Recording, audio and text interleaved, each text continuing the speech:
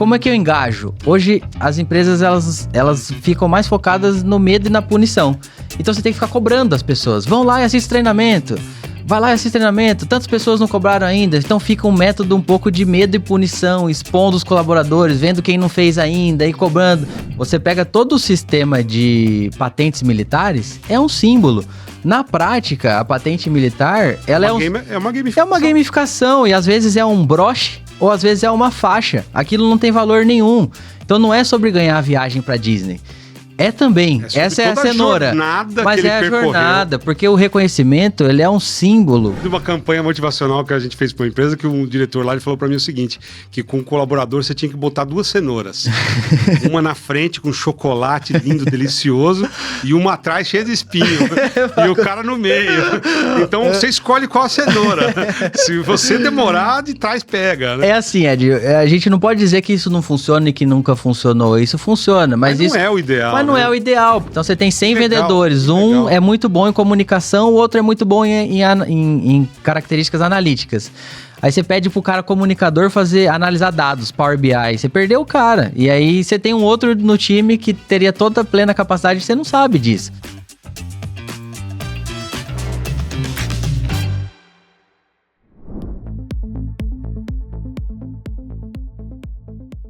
E está começando mais um Venda Sim, o podcast para você que quer vender mais, quer vender melhor, quer motivar as pessoas. Esse é o seu podcast. E a gente tem hoje um convidado muito especial que vai falar um pouco sobre motivação. E o negócio dele é isso, né? Teoricamente, a gente pode falar que motivação é o seu negócio. Vitor Isidoro, seja bem-vindo ao Venda Sim. Obrigado, Ed. É um prazer estar aqui com você. Espero que a gente consiga aí contribuir com a audiência que está assistindo a gente. Vamos falar um pouco de você primeiro, né? O Vitor. Quem que é o Vitor? O que o Vitor faz? Por onde começou o Vitor? Vamos lá. A gente tem uns capotamentos no meio do caminho aí, o que eu acho muito né? normal, né? Isso sempre acontece, assim.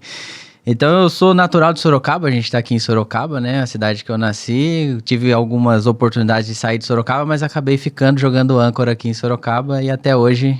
Você nasceu onde? Nasci em Sorocaba mesmo. Sorocaba então, mesmo? Nascido, crescido, aqui mesmo em Sorocaba. Então, você é um nativo. Nativo daqui. E aí eu venho de uma família onde a indústria fez muito parte da criação ali. Então o avô já veio para Sorocaba por conta de indústria, veio lá de São Bernardo, de São Caetano, por ali. Muita gente mudou para Sorocaba para trabalhar, Para trabalhar, uma cidade industrial começou aqui, a vir né? as indústrias para cá, foram se instalando aqui. Exato. Lá atrás era indústria de tecido, né? Isso, não é tão antigo assim a minha família, não no tecido, mas nas automobilísticas ali, né? Então... década de 80, mais ou menos, começa a chegar a família pra cá.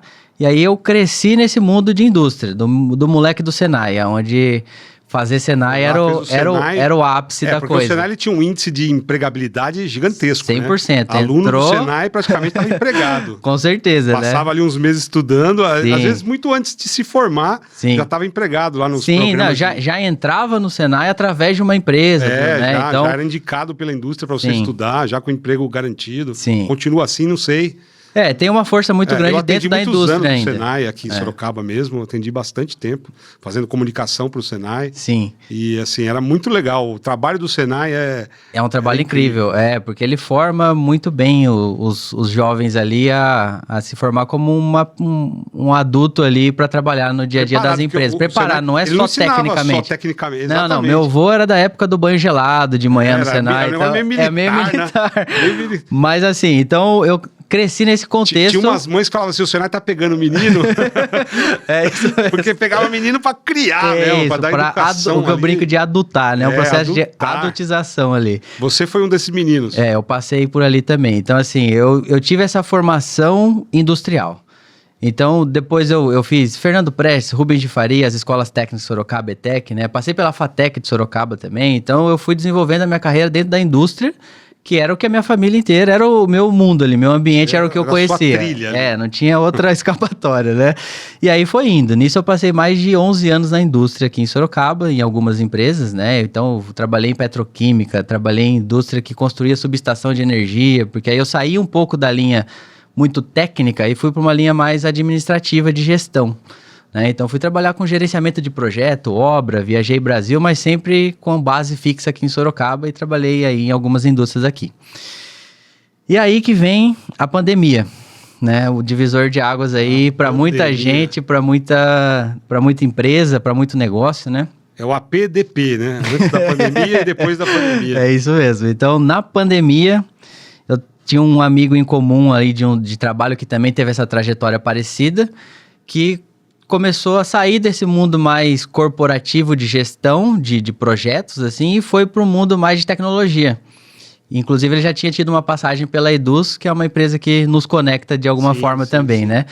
E aí ele me fez um convite, falou, que tal você sair um pouco dessa gestão tradicional de projetos da indústria, né?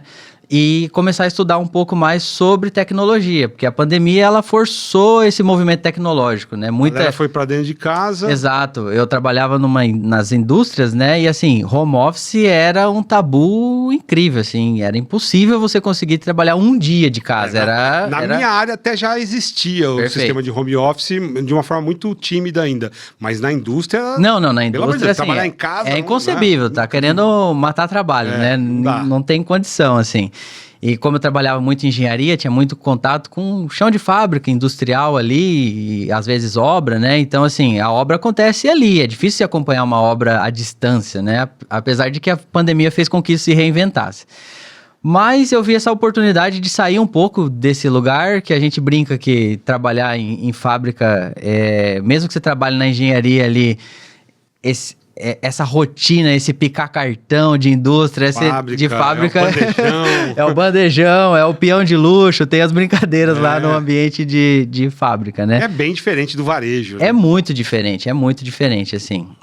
Então, eu me vi aí na pandemia, eu nunca me reconheci como uma pessoa de tecnologia, nunca.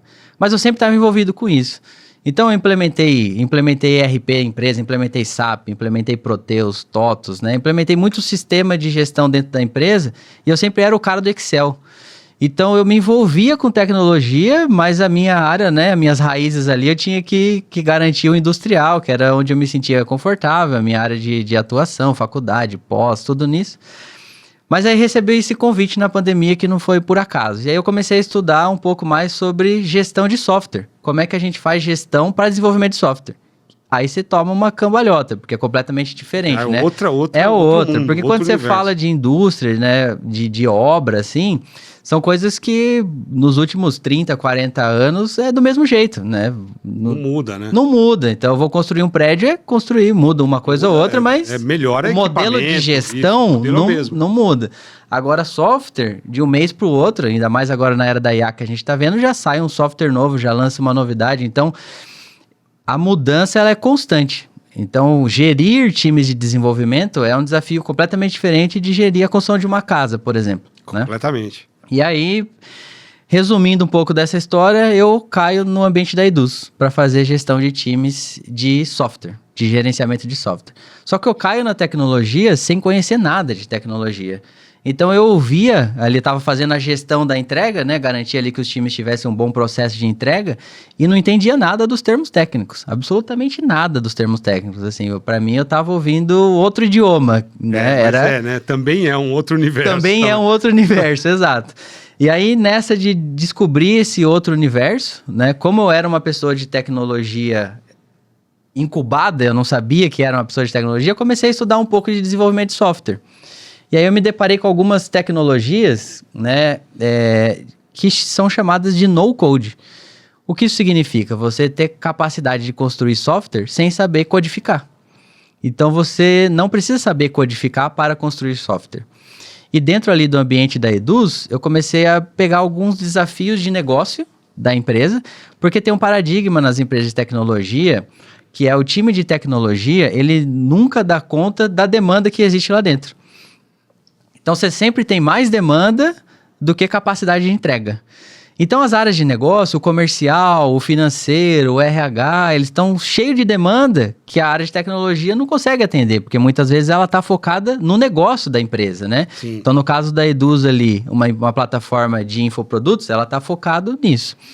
Então, eu comecei a criar algumas soluções para as áreas de negócio e me apaixonei por isso e soube que isso tinha um nome no mercado que é chamado de Citizen Developer.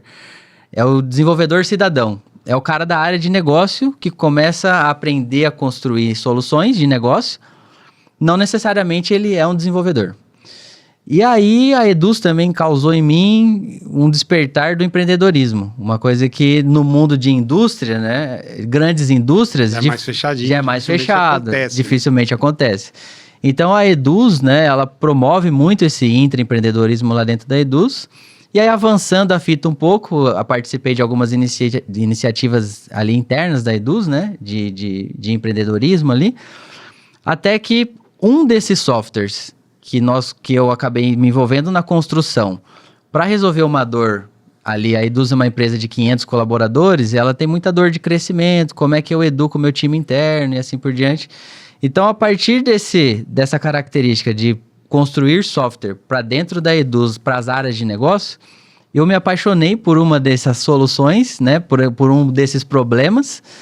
E há um ano atrás, o que era um time interno da Eduz, que resolvia uma dor interna ali, que eu vou contar um pouquinho mais já, virou uma spin-off, virou uma startup, e a gente está indo para o mercado ofertar essa solução, que foi, na verdade, aquela característica de, primeiro, resolver um problema interno, né? Resolver uma dor, entendeu que aquilo mediu o resultado, surtiu o resultado aqui dentro. Deu um insight para um produto. Deu um insight para um produto. Falou, se isso resolver um problema nosso...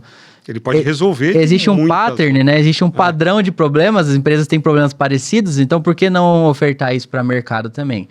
Então, essa iniciativa já existe há 4 anos interna, mas somente há 1 ano que a gente olhou para isso e falou, legal, amadurecemos a ideia, está na hora de ir para o mercado. E aí, desde então, eu venho empreendendo aí com a Skillo associada à Eduz. Nasceu a Skillo dessa ideia aí. Exatamente. Agora, fala um pouco sobre essa dor específica. Porque isso aí conecta a dor, como você acabou de falar, de milhares de empresas no mundo. Perfeito. Não vou nem falar Brasil. Exato, perfeito. Quando a gente começa a crescer a empresa, né, igual ali no caso da Eduz, né, você tem uma empresa muito multidisciplinar em termos de conhecimento e conteúdo, né? Então começa a ficar difícil comunicar sobre o produto, começa a ficar difícil educar sobre a estratégia comercial, começa a ficar difícil sobre educação de cultura. Então, a educação dentro da empresa, ela começa a ter um desafio. Então, você começa a ter muito desafio de alinhamento estratégico dentro da empresa. Ainda mais falando de uma empresa com mais de 100 colaboradores. A indústria tem 5 vezes 100. Isso, exato. Mas assim, você vai pegar uma indústria com 1.000. Perfeito. Você já teve a experiência de trabalhar em indústria. Isso, perfeito. Você sabe que a indústria é um universo também, né? É um universo. Se for conectar os colaboradores com os familiares e... Exato. Nossa, você tem cidades ali. É uma rede gigante, né? Então, ali dentro, né, o que a gente começou a fazer? A gente começou a criar uma universidade corporativa e a gente criou uma plataforma para isso, que foi se expandindo também para serviço, para método. Então, a gente ajuda as empresas a criar uma universidade corporativa. Qual é, assim, um diferencial competitivo que a gente acredita muito? A gente tem uma pitada muito forte de gamificação.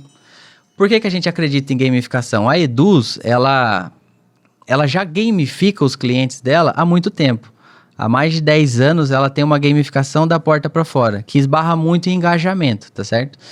Então, a gente criou esse programa interno de universidade corporativa tendo como um método base a gamificação. Por isso que eu falei no início do programa que a motivação é uma palavra que habita o seu negócio, né? Perfeito. Quando a gente fala de vendas ou de qualquer empresa com fins lucrativos, eu acho que motivação é uma palavra que serve para qualquer negócio, sobre qualquer âmbito, né? Então, quando você cria realmente a palavra gamificação hoje, ela é uma palavra moderna, que ela traduz e ela faz com que a motivação se transforme numa espécie de jogo. Isso. A gente vai estudar muito o comportamento, né? Pra gente poder... E a motivação, ela tem alguns modelos, né? A gente tem motivação mais extrínseca, mais intrínseca. Então, a gente vai olhar ali para senso de pertencimento, propósito... Ou seja, você pode começar com a dor qualquer, né? Que a empresa tenha, que ela queira trabalhar nos seus colaboradores. Exato. Então, eu tenho uma dor ali de... Eu preciso que eles desenvolvam determinada habilidade. Perfeito. O teu software, ele vai ajudar nisso. Isso, ele vai ajudar nessa educação. Eu tenho uma equipe comercial que precisa vender mais e precisa de uma motivação, precisa treinar tal habilidade. Perfeito. Também vai lá. Vamos dar alguns exemplos práticos aqui. Então, assim, você tem um time de vendas que você tem 100 vendedores, 50 vendedores. Como é que você... o seu produto, ele passa por algumas nuances ali, algumas novidades. Vou ter uma campanha de lançamento agora em 2026... Então, dependendo do seu mercado, você precisa comunicar o seu time, treinar o seu time de vendas para quebrar a objeção lá na ponta. Antes de ir para a rua, Antes de ir para a rua, ele precisa conhecer. Ali dentro. Exato, ele precisa conhecer do seu produto. Então, a gente ajuda você a criar esse conteúdo que muitas vezes tem lá o time de produto, o time que conhece tecnicamente, às vezes está lá no escritório, o seu time de vendas está espalhado por aí. Como é que a gente... E ainda o time de produto para falar com o time de vendas, a comunicação... Tem que ter uma tecla SAP ali para traduzir. Para traduzir. Então, a gente consegue componentizar, templatizar esse conteúdo e, através da plataforma, entregar isso. E o nosso diferencial de gamificação é porque a gente está olhando para o que engaja o colaborador. Porque a gente vive numa era de disputa de atenção, não é verdade? Está todo mundo puxando a atenção para cá, para lá, a todo momento. Então, esse método de gamificação ajuda a gente a engajar ele, a ele ter a atenção dele voltada para aquilo. E isso vai acontecer também quando ele vê a transformação acontecendo. Então, através de um conteúdo que eu vi dentro da plataforma, eu consegui quebrar uma objeção e vender mais, bati minha meta, isso impactou minha vida. Então, a transformação de fato acontece. Antes disso, como era? As empresas tinham que fazer isso na raça. Elas tinham que quebrar essas motivações com treinamentos internos. Isso. O que acontece um pouco é que, assim, a gente estabelece muita cultura de desafio. Foi muito boa a sua pergunta, muito oportuna. Porque hoje no mercado, quando a gente fala de educação corporativa, a gente está falando muito das plataformas que são chamadas de plataformas LMS, né? Então, essas plataformas LMS é um lugar muito estático de entrega de conteúdo. Então, assim, são módulos, aulas, e como é que eu engajo? Hoje, as empresas, elas ficam mais focadas no medo e na punição. Então, você tem que ficar cobrando as pessoas. Vão lá e assistam treinamento. Vai lá e assiste treinamento, tantas pessoas não cobraram ainda, então fica um método um pouco de medo e punição, expondo os colaboradores, vendo quem não fez ainda e cobrando, e cada líder tem seu modelo de cobrança, aí pega a birra e não volta, sabe? Então... Eu lembro de uma campanha motivacional que a gente fez para uma empresa, que um diretor lá ele falou para mim o seguinte, que com o colaborador você tinha que botar 2 cenouras, uma na frente com chocolate lindo, delicioso, e uma atrás cheia de espinho, e o cara no meio. Então você escolhe qual a cenoura. Se você demorar, de trás pega, né? É assim, Ed, a gente não pode dizer que isso não funciona e que nunca funcionou. Isso funciona, mas isso... não é o ideal, Mas não é o ideal, porque a gente tá falando, assim, a gente vive também numa sociedade um tanto seres humanos, muita pressão. Muita pressão, ansiosa, né? Então, assim, não é desse lugar que a gente propõe. Melhor conseguir conquistar pela motivação. Exato, né? Você vai estudar o comportamento, então... Cenoura da frente. A cenoura da frente, e tem uma coisa mais forte do que... A cenoura, ela é importante, que a gente chama cenoura de recompensa. Mas a gente tem também o fator reconhecimento, que ele é muito importante. Então, por exemplo, assim, isso não é um conhecimento atual, né? Isso é um conhecimento milenar. A gente só vai empacotando para resolver problemas atuais, né? Então, por exemplo, você pega todo o sistema de patentes militares, é um símbolo. Na prática, a patente militar, ela é uma gamificação. É uma gamificação, e às vezes é um broche, ou às vezes é uma faixa. Aquilo não tem valor nenhum. Então não é sobre ganhar a viagem para Disney. É também. Essa é a cenoura. Mas é a jornada, porque o reconhecimento, ele é um símbolo que ele simboliza, é um símbolo, né? Então ele simboliza uma conquista. Não, você pega isso em todas as áreas. Em todas as áreas. Oscar no cinema, exato. É uma gamificação. Alguém está preocupado se verdadeiramente é de ouro, é de bronze, do que é, entende? Se o material, se aquilo custa R$1.000 ou 50 mil...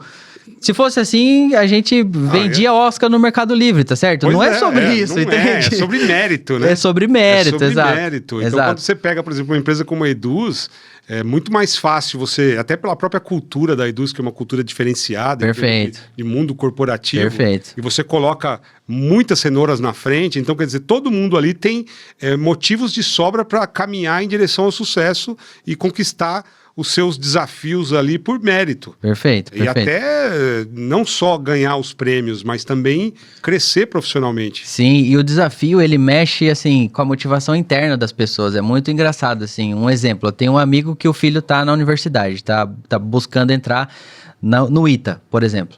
Então, um exemplo clássico de que o desafio motiva as pessoas. Ele não tem interesse nenhum pela carreira militar. Mas o entrar no ITA é um desafio intelectual. Para ele, que é um menino que gosta muito de desafios intelectuais. Então, Veja, talvez a pessoa passe 10 anos da vida dela numa carreira militar que nunca foi a intenção dela. A intenção dela era o desafio intelectual. Então a gente é muito, muito motivado por alguns desafios internos que às vezes a gente nem almeja exatamente aquele objetivo, mas é um desafio interno que te move. É como se fosse um bichinho, né? Um vírus. Aquela brincadeira, o mosquitinho picou, agora você... Picadinha, agora o cara, ele é... Tem gente que ela tem aquele espírito competitivo desde criança, né? Nos esportes ou nas próprias matérias da escola. Sim. É sempre movido por uma boa nota ou pelo reconhecimento, como você colocou exato, aí. Exato. O melhor aluno do ano é fulano. O McDonald's com aquela fotinha do melhor funcionário do mês e tal. Né? Agora, o Esquilo, então, ela é uma plataforma que faz isso ficar automatizado, organizado e faz com que os colaboradores engajem de uma maneira mais fácil. Isso. Conta mais um pouquinho sobre a Esquilo. Perfeito. O Esquilo, assim, a gente costuma dizer que nós somos uma empresa de gamificação corporativa e não necessariamente uma plataforma, porque a ferramenta ela vem como meio ali, né? Ela ajuda a entregar... Mas é possível fazer gamificação corporativa em planilhas. Por que Esquilo? Esquilo é porque... o Esquilo vem de skill, tá certo? De habilidade, porque durante a universidade corporativa a gente vai mapeando as habilidades das pessoas através dos desafios. Então você vai tendo alguns ganhos ali de conhecer, por exemplo, quem são as pessoas da empresa que mais conhecem de uma determinada linha de produto. Através das habilidades que elas foram conquistando nos desafios, você vai tendo acesso a isso. E o ou do Esquilo, né? Porque a gente coloca aí na descrição do vídeo como é que é mas a pronúncia é Esquilo, vem do owner, ou de owner, o dono da habilidade. Dono da habilidade. Então a gente quer reconhecer muito a identidade da pessoa que está ali. Então ela tem a gente quer trazer um protagonismo para a pessoa que está ali. Porque as empresas, elas precisam entender que as pessoas, elas têm os objetivos próprios, tá certo? Então, a empresa, ela tem como consequência o resultado. Mas o objetivo é desenvolver as pessoas, é educar as pessoas, é causar transformação na vida daquela pessoa. Então, fazer o vendedor vender mais vai causar transformação para ele e, por consequência, para a empresa. Então, por isso que a gente reconhece as suas habilidades. Por isso o Esquilo.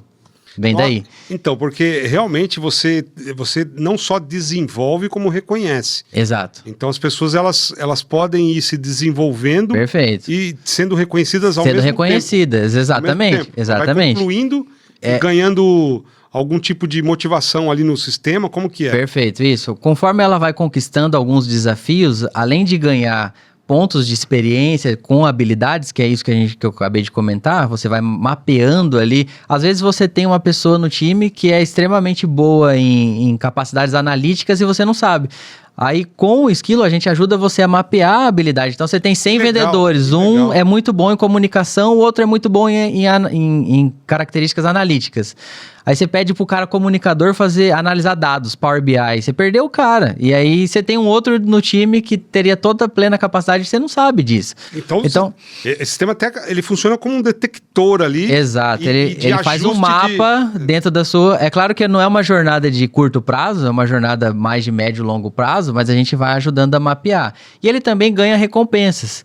Então ele não facilita apenas para você reconhecer e recompensar. Isso. Ele também ajuda o empresário, vamos falar assim, a tomar decisões. Sem dúvida, sem dúvida. E a gente costuma dizer que a plataforma... Você tem uma via de mão única quando você vai numa plataforma comum de LMS e fica assistindo o conteúdo. É uma via de mão única, o colaborador está ali e ele está recebendo aquele conteúdo. Perfeito. Como a gente modela desafios, a gente vai desafiar os colaboradores a coisas práticas. Então, a gente tem a via de mão dupla, a gente coloca um desafio, por exemplo, depois de assistir esse vídeo de técnicas de abordagem, faça uma abordagem com o cliente e devolva aqui nesse desafio como foi o resultado. E aí você começa, então o gestor, ele começa... Você provoca, ele vai lá, faz o desafio e te dá a devolutiva. Com isso, o gestor, a gente tem até uma funcionalidade que consegue resumir ali com IA todo esse retorno.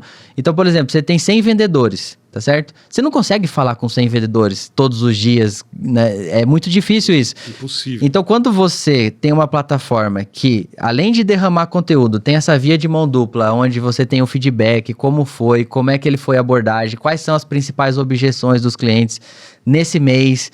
Então, você tem essa via de mão dupla para tomar decisão para o seu negócio também. E só para compor o que o Esquilo entrega, além da plataforma, a gente também entrega serviço. Então você tem, a gente comentou um pouquinho antes aqui, do especialista de produto não conseguir se comunicar com o time de vendas, por exemplo.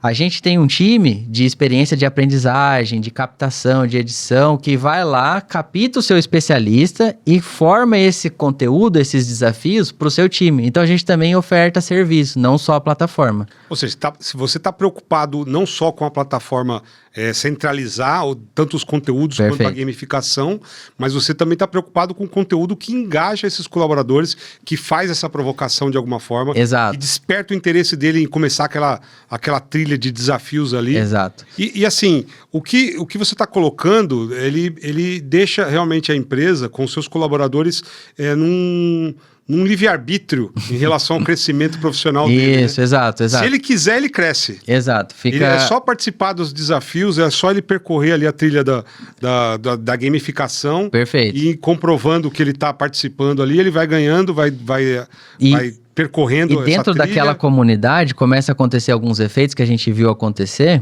aonde algumas transformações, ela por si só é um exemplo que vai fazer com que as outras pessoas também queiram. Então você vê um vendedor, por exemplo, eu faço uma trilha ali de educação e a gente pega aquele vendedor que teve melhor performance e pega um depoimento dele e coloca na plataforma. Ou pega ele para fazer o próximo treinamento com base naquilo que ele aprendeu e naquilo que ele praticou daquele ano. Então você começa a ter exemplos internos de liderança que acaba motivando o time por si só. Porque a pessoa vê a pessoa crescendo. Perfeito, ela vê na prática. Ali, ganhando as gamificações todas. Exato. E ela serve de exemplo. Serve de exemplo. A gente gosta... o cara percorreu, ele veio lá do 0, chegou em 100. Exato. Quero ir junto. A gente acredita muito nesse comportamento colaborativo. Modelo por exemplo, ali, né? Exato, onde todo mundo pode chegar lá. O que acontece nesse ano o Ed foi destaque, mas eu também posso chegar lá. Então, a gente acredita muito nessa gamificação por colaboração. Agora, falando de Esquilo como produto mesmo, qualquer empresa pode adquirir, pode licenciar, como é que funciona? Sim, a gente atende assim, é claro que tem algumas empresas que, se eu falar para você, uma empresa de 1, 2, 3 pessoas, ainda não tem essa dor do crescimento, de educar um time grande. Ela consegue conversar. Ela consegue, exato, faz uma rotina de reuniões ali, às vezes as pessoas que estão ali já conhecem o produto de cor e salteado, então conforme vai crescendo, vai fazendo mais sentido. Então hoje a gente fala aí que empresas a partir de 50 colaboradores já é um... Ela já sofre um pouco para motivar essa galera. Isso, porque a gente também faz, por exemplo, a trilha de onboarding de novos colaboradores lá dentro. Então você contrata um novo colaborador, ele já entra numa trilha ali gamificada e ele tem toda a experiência de onboard, conhecendo os produtos, os processos, quem são os líderes da empresa.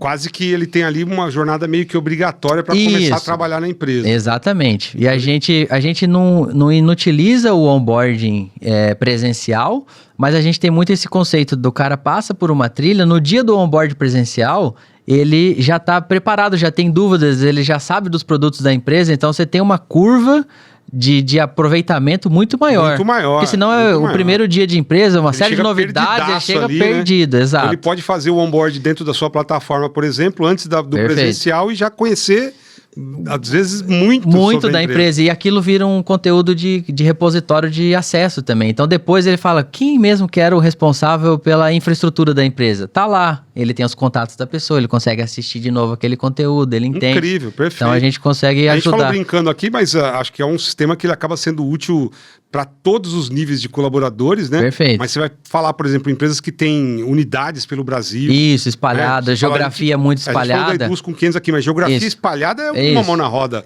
Ajuda muito, assim. E a gente entendeu também que o pessoal de RH, que geralmente é as pessoas que buscam a gente, eles têm uma rotina muito corrida, né? E eles não conseguem, por exemplo, dar conta, por exemplo, de fazer um onboard por semana. Então, o que a gente tem visto muito na prática, acumular quando tiver 20 pessoas contratadas, a gente faz. Mas às vezes leva 3 meses. O cara já tá trabalhando lá 3 meses totalmente desinformado, tentando pescar a informação ao de longo qualquer da jeito, dele. exato. Mas como que é isso? E às vezes atrapalhando um pouco até o dia a dia, né? Exato. E acontece muito, a gente vê isso. E fora o aproveitamento de potencial represado que você tem. Um cara que podia entrar jogando já, às vezes você vai levar 3 meses para conseguir extrair ali, porque ele ainda não entendeu o cenário que ele caiu, né? Bom, incrível. A gente teve aqui um episódio maravilhoso. Pelo visto, você vai ser convidado aqui com frequência, porque a gente vai falar muito além, porque gamificação é um assunto que ele provoca resultado. Perfeito. Então, nós estamos falando aqui é um podcast específico de vendas, né? Sim. Mas assim, é óbvio que quando você fala em resultado, você pensa nas vendas de uma empresa. Sim. Mas as vendas, ela tá por trás ali, precisando de resultados de vários outros departamentos, né? Ela precisa compor, né? Ela é só o objetivo. Ela é a ponta. Final, exato. Porque sem venda a empresa não existe. Tem que acontecer. Mas a gente tem... tem que dar estrutura, tem que dar suporte. A gamificação, ela vai provocar essa motivação geral da empresa, um engajamento geral na empresa, e aí tem mudança de comportamento, mudanças na forma de gestão. Isso são assuntos que a gente pretende trazer aqui. Acredito que o Vitor é uma presença, um convidado que vai estar frequentemente aqui conversando com a gente sobre esses assuntos, porque não adianta só você querer vender se você não tiver a empresa, né, toda engajada, a comunicação engajada e principalmente motivada através de gamificação. Perfeito, Ed. Agradeço mais uma vez o convite aqui. Quem quiser conhecer um pouquinho mais do Esquilo, a gente tá nas redes sociais, Instagram, então é Esquilo App lá, e também esquilo.com.br, sabe um pouco da gente e consegue entrar em contato direto. Eu tô muito nessa linha de frente, querendo conhecer novos empreendedores, novos gestores de RH, para a gente poder expandir aí a atuação do Esquilo. Começa com um bate-papo, né? Sobre os desafios, exato. As dores que a empresa tem. Exato. Porque, na verdade, eu acredito que com gamificação e motivação, qualquer dor que a empresa tiver, acho que ela cabe um esquilo ali, cabe, né? sem dúvida. Um esquilinho ali, né? Exato. Tem muita gente, tem dificuldade de educação, a gente consegue contribuir aí, então a gente gosta muito de falar sobre isso. Então agradeço mais uma vez e fico à disposição. É isso aí, Vitor. Obrigado pela participação e aí tá dado o recado. Você que quer motivar seus colaboradores, você que quer criar gamificações para as coisas acontecerem de uma forma mais rápida, até mais organizada, né? Você procura, né, o nosso amigo Vitor aqui e também ouve aí os nossos episódios ou escuta, além de escutar, você assiste no YouTube. É só você assinar o nosso canal e receber as notificações de episódio novo para você poder acompanhar as novidades. Quer vender mais? Quer vender melhor? Quer motivar? Quer gamificar? Venda Sim.